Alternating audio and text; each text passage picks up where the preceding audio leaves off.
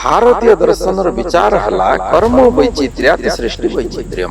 परमात्मा निज इच्छा कौन जीवात्मा को सुख दियंती नहीं कि दुख दियंती नहीं। कर्म निजे केबे काहाकू फल दी पारे ना। तेबे कर्म और भाग्य ए दीटा भितर बलवान किए? भाग्य निर्भर करुची आजिर कर्म उपरे। कर्म द्वारा आमे भाग्य रे परिवर्तन करि पारिबा। कर्मण्येवाधिकारस्ते।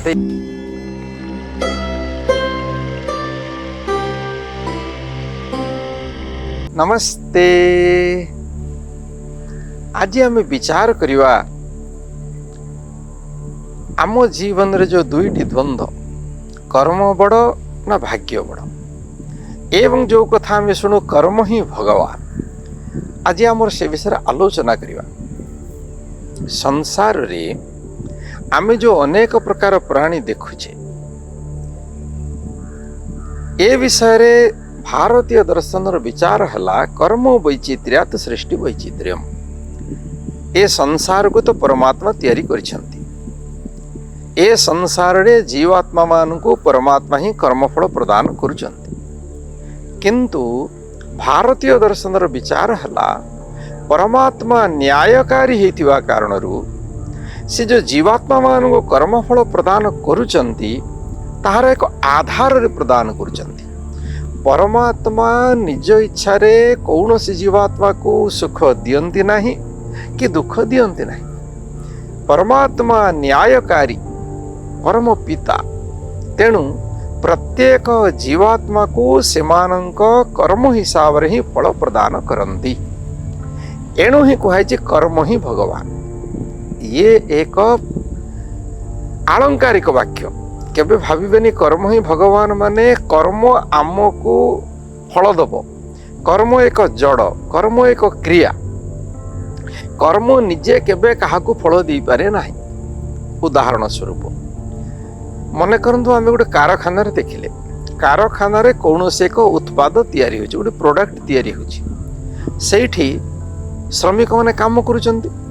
श्रमिक माने से उत्पाद तैयारी करूचंती। किंतु सेमाने जहाँ भी तैयारी कर, मन करते गोटे रड स्टील कारखाना, से स्टील रड तैयारी होची।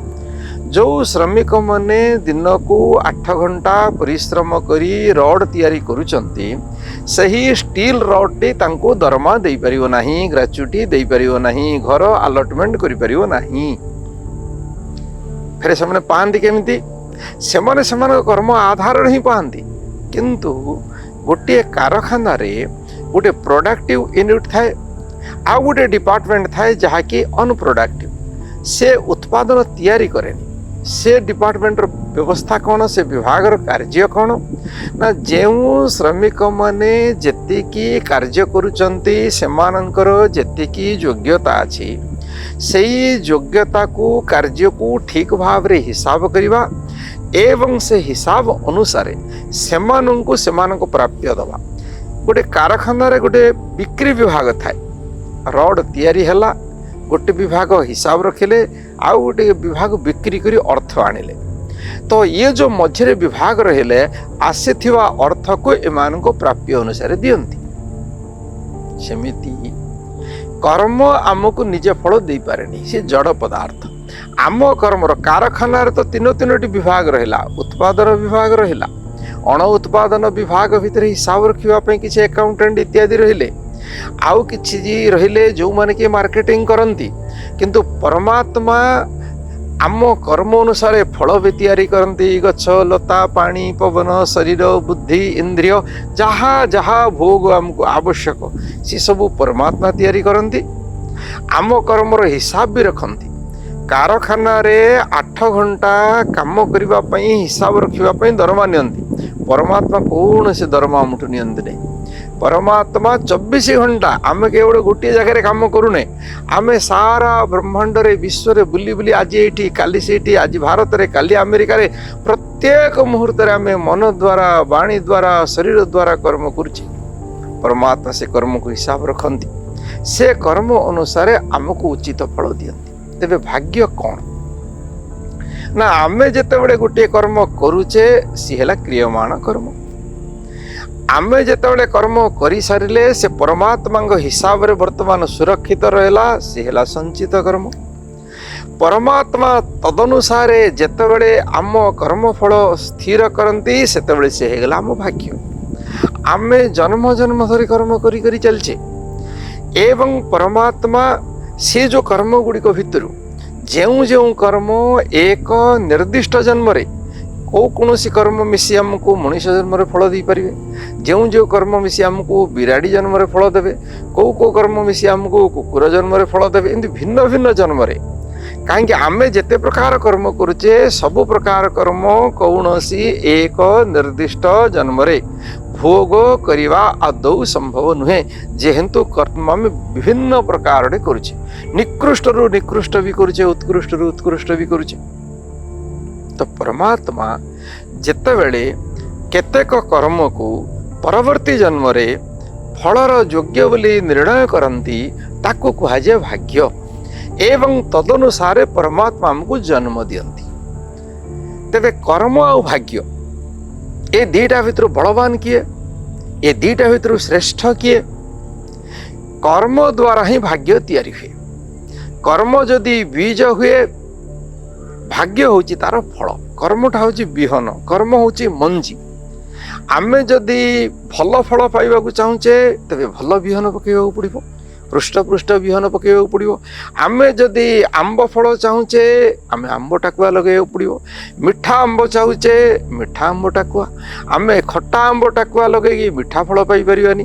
तेणु सबु निर्भर करुची, भाग्य निर्भर करुची आजिर कर्म उपरे। तेणु कर्मटा होची सबुठु गुरुत्वपूर्ण। मने करंतु आमे अतीत रे एभली किछि कर्म कले, आज तो आम पाखे आम कर्मर हिसाब नहीं, आमे भल करिचे कि खराब करिचे। वर्तमान आम हाथ रे केवल कर्म ही अच्छी, भाग्य नहीं। आमे जहा अतीतर कर्म करिचे ताहा प्रारब्ध आकार रे भाग्य आकार रे परमात्मा स्थिर करिचंदी, ताहा आमको अवश्य भोग करने को पड़िबो। आमे वर्तमान कौन करि परिबा? आमे जदि पूर्वरु बहुत भल कर्म करिचे आम भाग्य रे बहुत भल लेखा हेची, मने करंतु आमको पूर्व कर्मर फल स्वरूप भाग्य आकार रे क्षीर पीवा को मिलुची, आमे वर्तमान नुआ कर्म रे सेथिरे चीनी मिसई परिबा, मिश्री मिसई परिबा, आमे से क्षीर रे चाउल मिसई ताकू क्षीरी पर्यंत नहीं परिबा। मने करंतु आमे पूर्वर कर्म आधार रे आमको किछि खराब दुख फल भोग करने को मिलुची। दुख जिनिस आमे खट्टा आंब खाइबा को चाहूने किंतु आमको खट्टा आंब ही भाग्य आकार मिलुची। आमे वर्तमान कर्म किछि करिवा, सेथिरे किछि गुड़ मिसेइबा, सेथिरे किछि लुण मिसेइबा, से खट्टा आंब को आमे बढ़िया आंब खट्टा कर दी परिबा। तो मो कहवा कथा, जेहेतु आमे पूर्वरु करिथिबा कर्मर कौनसी तथ्य आमे क्षीर पाइला भली कर्म करिचे कि खट्टा आंब पाइला भली कर्म करिचे आम पाखे नहीं। तेणु आमे कौन करवा? आमे वर्तमान केवल भल कर्म ही करवा। तेणु भल कर्म द्वारा आमे आमर पुराणा भल कर्म जो थिबो ताको अवसर बढ़ाई परिबा, भाग्य आमर बहुत बढ़िया ही आसियो। मने करंतु पूर्व जन्मर कर्म आधार रे मते भाग्य आकार रे भल बुद्धि मिली, एटा मोर पूर्व जन्मर कर्मफल आधार रे मिलिया। ए जन्म रे मु बहुत परिश्रम करी, से बुद्धिर विनियोग करी, बहुत ज्ञान अर्जन करी। आ द्वारा कौन हबो?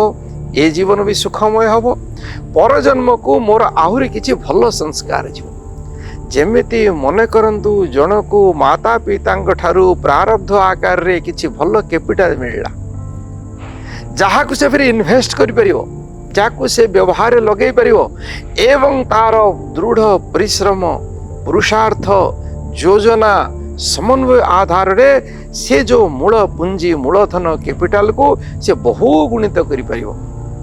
तेणु कर्म द्वारा आमे भाग्य रे परिवर्तन करि परिबा। खराब भाग्य को भल आड़ को नहीं परिबा, भल भाग्य को आहुरी भल करि परिबा। तो बंधुगण, तो आम पाखे मुख्य जिनिस हला कर्म उपर ही आमर अधिकार अस्ति। एणु गीतारे कहले जे कर्मण्येवाधिकार अस्ति, से कहउचंती तमर कर्म उपर ही अधिकार। जेमिति कर्म करिवो तुमको से भली फल भोग करने पड़ो। तो आम जेहेतु अतीत कर्म जाने आम कौन करवा ना आम सब बड़े चिंता करवा परमात्मा मते मनीष जन्म देले, मनीष जन्म रे कर्म करने मते मन देले, बाणी देले, शरीर देले। ए मन द्वारा मु सब बड़े भल चिंता करी, अन्यर कल्याण चिंता करने मध्य एक कर्म। आमे जदि शरीर द्वारा अन्यर कल्याण करिपर बहुत भल, जदि आमे शारीरिक भाव में करिपारुने तो आमे कम से कम अन्य को भल बाट देखेबा, कम से कम सर्वे भवन्तु सुखिनर समस्ते भल रुहतु बोली चिंता करिपरिबा। तो कहवा अर्थ है मन द्वारा बाणी द्वारा शरीर द्वारा जदि भल करवा आज नहले काली की हमको निश्चित भाव रे भल भाग्य भल फल मिलिबो। भगवान करंतु आमर भल कर्म आम भल भाग्य को निर्माण करू, आमे आम भाग्यर निर्माता हवा। इति ओम शांति।